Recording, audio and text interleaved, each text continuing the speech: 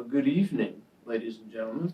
Thank you for joining us another night at the DH podcast, where we enhance love, spread smiles, and positive is power.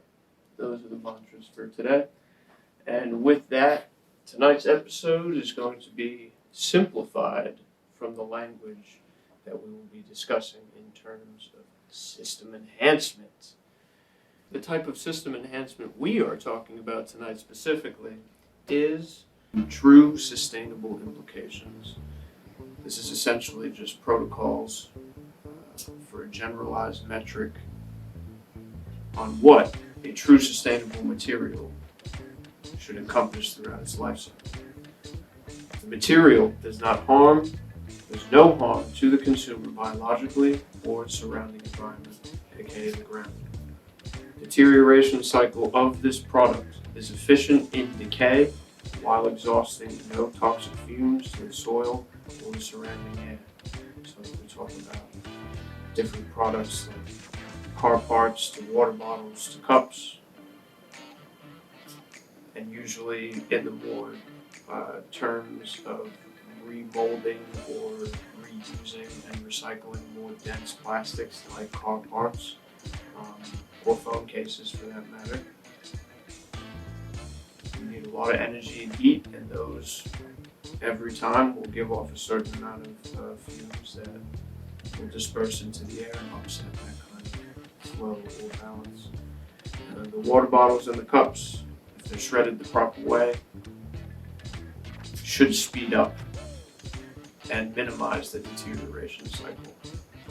Because of all the microbes out there that are known and unknown to most, I would imagine that small pieces, eating in small pieces, would be more beneficial than having large chunks. Decomposition of 100% based biopolymers, maximum deterioration time should never exceed 6 to 12 months. With full degradability, I shall add, into the ground, it was placed or buried in. The reason it is stated that the deterioration time should not exceed 6 to 12 months is about trying to impact the overall deterioration cycles of our byproducts in all of our products. That's the goal. 6 to 12 months is way better than a few hundred years in certain polyethylene deteriorations and derivatives. 6 to 12 months would speed up that healing process, hopefully 30 to 40, maybe 50 years. But it is in best efforts to make that for the future of us. Some basic examples of petroleum polymers.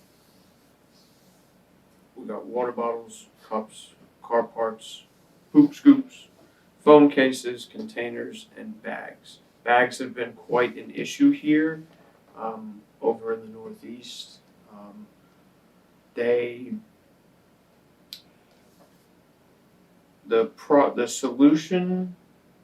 The quick solution was bags that still had coated polyethylene polymers on them, and also some of them were 100% linen in some fashion, which is good. But now we have a different issue at hand, and that's stockpiling.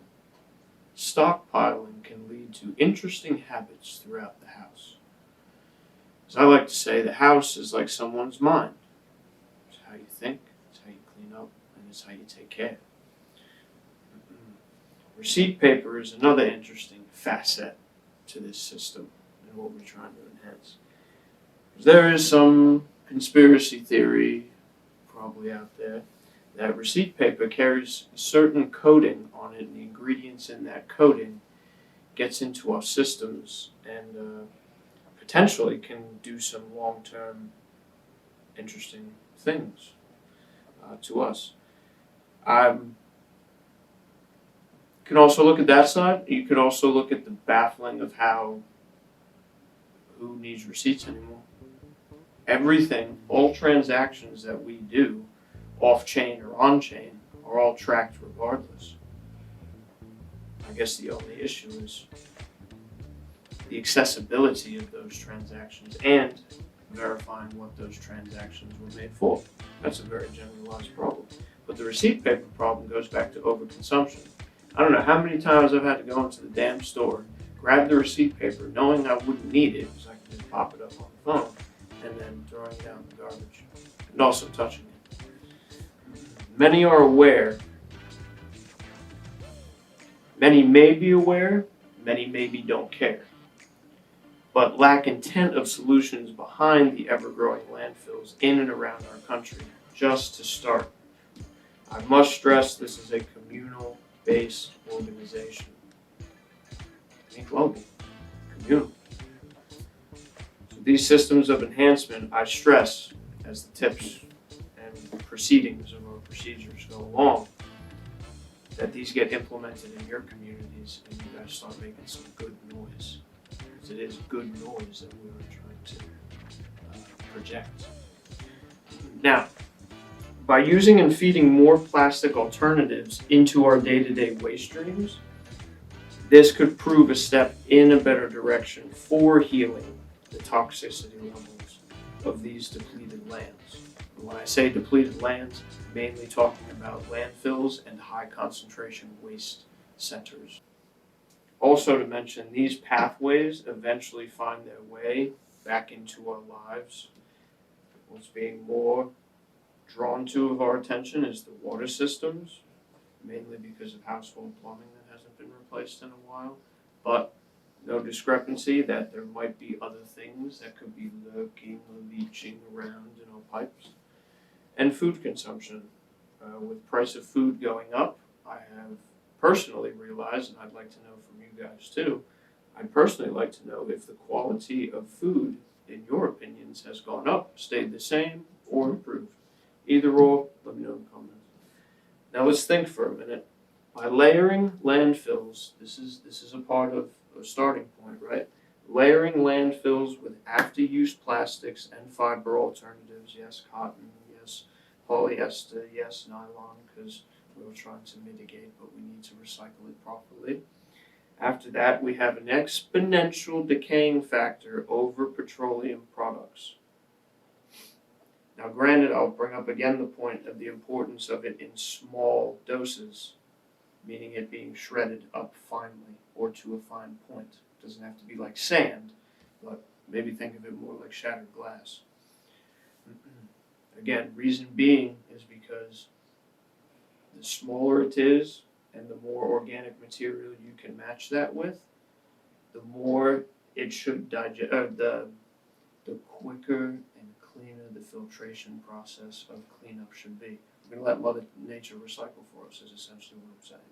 In turn, so the decaying of exponential petroleum products would in turn minimize the consumption habits of less harmful products when this is proven to be in system, and regenerate a degraded landfill.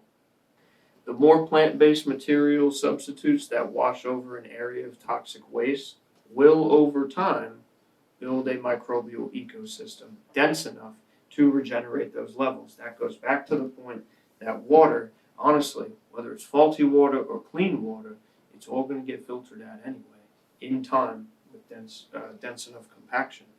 The ecosystem will build and start funneling out those excess waste materials that wouldn't be good for our digestion. Or complexion, there you go, digestion and complexion.